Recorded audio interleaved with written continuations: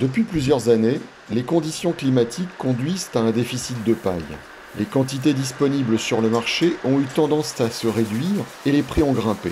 Pour les éleveurs, cette situation est difficile. Mais il existe une alternative intéressante à la paille.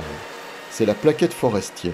Avec ses qualités d'absorption, elle remplace une partie de la paille utilisée pour le paillage des stabulations. De nombreux éleveurs ont déjà franchi le pas. Dans le Doubs, en Franche-Comté, Emmanuel Burnel, éleveur de Montbéliard, l'utilise depuis plusieurs années en mélange avec la paille pour réduire sa facture et améliorer les conditions de couchage de ses animaux. Je suis agriculteur depuis 1990 sur la commune de Cholet-Passavant. C'est sur les premiers plateaux du Doubs. Nous sommes à une altitude de 560 mètres. Mon troupeau se constitue de 50 vaches laitières et puis 60 génisses qui sont destinées au renouvellement du troupeau laitier. La SAU de l'exploitation comporte 91 hectares, essentiellement de la prairie, 5 hectares d'orge qui sont autoconsommés et 2 hectares de betteraves fourragères. Il faut que l'utilisation de la plaquette vous économise de la paille pour des questions de coût, pour des questions de travail, etc. Donc le principe dans mon utilisation, c'est d'utiliser 1 kg de plaquette en remplacement d'1 kg de paille. Nous, on est parti sur la technique du millefeuille, c'est-à-dire qu'on met une couche de paille et puis après une couche de plaquette, une couche de paille, une couche de plaquette. Donc la couche de plaquette, on la met une fois par semaine. L'ensemble de mes 50 laitières, faire l'intégralité de l'air paillé, il me faut à peu près 30 à 40 minutes hebdomadairement. Par contre, ça me fait économiser de la paille que je ne mets pas. Donc je regagne à peu près 4-5 minutes tous les jours. Parce que la plaquette a un effet asséchant dans le temps. De la paille, vous la mettez, il faut la mettre quotidiennement parce qu'au bout d'un jour, elle a pris l'humidité, que la plaquette, elle va absorber pendant 8, 10, 15 jours. Mais en tout cas, c'est pour ça qu'on ne met qu'une fois par semaine et pour nous, c'est suffisant parce qu'en fait, elle absorbe, durant toute la semaine, elle absorbe votre plaquette. On a commencé au mois de février 2018. Ça a été spectaculaire. J'étais équipé d'un thermomètre électronique pour faire des relevés de température vu qu'on avait des soucis. Au bout de 10-15 jours avant l'utilisation des plaquettes, je monte à 40 degrés. Et puis là, au mois de février 2018, alors qu'il a fait beau tout le mois, que les températures étaient élevées, etc., on a réussi à conserver notre fumier dans l'air paillé des vaches pendant plus d'un mois. Et au curage, on n'était qu'à 28 à 31 degrés. Donc ça n'avait absolument rien à voir avec avant. Et puis, du fait que la température n'est pas montée, automatiquement, les mammites se sont complètement arrêtées. Quelque chose de probant dès le départ. À quelques kilomètres de la ferme d'Emmanuel Burnel, Benoît Dufay prépare les plaquettes qui seront livrées à ses clients après séchage. Broyées en forêt, elles sont ensuite stockées pour obtenir un degré d'humidité optimal. J'ai commencé la production de bois énergie il y a une douzaine d'années environ. Je me suis intéressé au paillage des animaux à l'aide de plaquettes forestières parce qu'on a un gisement de bois important dans la région et un manque de paille pour tous nos éleveurs locaux. Aujourd'hui, les cours de la paille sont élevés, il est parfois difficile d'en trouver et nous avons tout ce qu'il faut pour substituer cette paille qui devient chère par le biais des plaquettes forestières. On est capable de proposer de la plaquette forestière pour le paillage à des coûts ne dépassant pas le prix de la paille habituelle, voire même moins, c'est-à-dire de 80 à 85 € en sachant qu'une tonne de plaquettes forestières équivaut à une tonne de paille. Étienne Bourgy est chargé de projet à la Chambre d'agriculture de la Nièvre. Il a participé à une évaluation technique de l'usage des plaquettes en paillage pour les bovins. Bertrand Cointe est éleveur dans la Nièvre. Il utilise des plaquettes pour pailler, mais il est aussi très attentif à la vie de ses sols. Il nous livre leur expérience. Une bonne plaquette pour la litière, c'est avant tout une plaquette qui est sèche, c'est-à-dire qu'elle est entre 20 et 25% d'humidité. Ça, c'est la première priorité que l'on recherche. Et la deuxième, c'est un calibre qui ne dépasse pas 30 mm Hein. C'est ce qu'on appelle dans le jargon de la P45A, pour ceux qui ont l'habitude des chaufferies. Alors, la litière bois plaquette, elle fonctionne parfaitement dans les systèmes allaitants. Dans la Nièvre, on l'a expérimenté depuis 2010-2011, sur les premières sécheresses. Et c'est vrai que les éleveurs, 95% des éleveurs sont très satisfaits de l'utilisation de plaquettes en litière.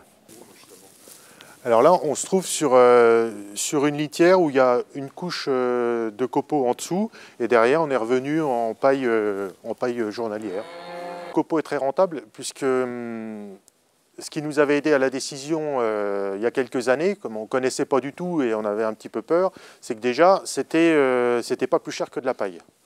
Donc, et puis, de fil en aiguille, là, le prix de la paille a augmenté, ce qui fait qu'aujourd'hui, le copeau est moins cher que la paille. Alors, par rapport pour gérer au niveau du salissement, en fait, c'est plus visuel. Déjà, la première chose qui choque avec une litière copeau, c'est qu'au lieu d'avoir une litière qui soit claire, comme on peut avoir avec de la paille, déjà, au début, c'est marron et après, c'est noir. Alors, effectivement, au premier abord, le premier coup, on se dit, en fait, c'est sale. Alors que non, c'est sain. Et on y voit, en fait, c'est à la robe des animaux. Il faut se fier, en fait, au bas de la cuisse. C'est à partir de là que ça commence à se salir. Et puis, plus ça va, plus ça monte. Donc, tu vois, quand ça commence à se salir ici, là, on intervient et on remet une couche de copeaux. On a commencé à utiliser la litière copeau parce qu'on est passé par une réduction de surface. Donc, on avait moins de paille de disponible. Il faut faire beaucoup de kilomètres pour aller chercher de la paille. Et donc, en même temps, on a fait des formations où il est indiqué de ramener des copeaux de bois dans les champs pour réensemencer en champignons. Donc de ce fait-là, on est passé à la litière copeaux. Ça nous permettait d'avoir des chantiers décalés par rapport à la paille. On a eu des disponibilités pas très très loin pour faire du copeau. Et encore en plus, ça nous permet de remettre des copeaux dans les champs. Alors, les plaquettes de bois n'acidifient pas les sols, au contraire, puisque à chaque fois qu'on utilise 20-25% de plaquettes et 70% de paille, au curage, un fumier frais, il est entre 7,5 et 8,5 de pH. Les litières où on a plus de proportion de copeaux, on augmente le pH, donc on est souvent entre 8,5, 9, voire 9,2 de pH sur des litières presque à 100% de plaquettes. J'ai des copains qui pratiquaient ça avant, qui s'étaient fait livrer ce qu'on appelle le BRF. Et ils avaient fait les analyses dedans, le BRF était à 8,5 de pH. Alors qu'on aurait pu dire ça c'est très très acide, et non au contraire. Donc de ce fait, je ne me suis même pas posé la question, je le mets avec confiance, voilà. Pour de la plaquette, en fait, on peut utiliser tout type de bois, que ce soit des bois feuillus, des bois résineux, des bois plus ou moins tanniques, comme le châtaignier ou le chêne. Ça, en fait, ça pose aucun problème, puisque la plupart du temps, ils sont mélangés. Donc, il n'y a aucun souci à utiliser tout type de bois. Aujourd'hui, ce qui est important aussi, c'est qu'on peut utiliser les bois scolités, qui sont parfois secs sur pied. Et donc, quand ils sont vraiment secs, on peut les utiliser en litière bois plaquette sans aucun souci. Aujourd'hui, la filière bois énergie est très bien structurée. C'est une filière qui existe depuis plusieurs dizaines d'années maintenant. Nous avons des entreprises qui sont capables de fournir des produits de haute qualité. Une certification existe au niveau national, elle s'appelle CBQ+, Chaleur Bois Qualité Plus, qui garantit à l'acheteur un produit répondant parfaitement à son cahier des charges. Moi, j'aime bien voir mes vaches sur la paille. J'aime bien les voir, voilà, c'est confortable, c'est vraiment, elles sont libres, voilà, c'est une façon, on va dire, d'appréhender l'élevage.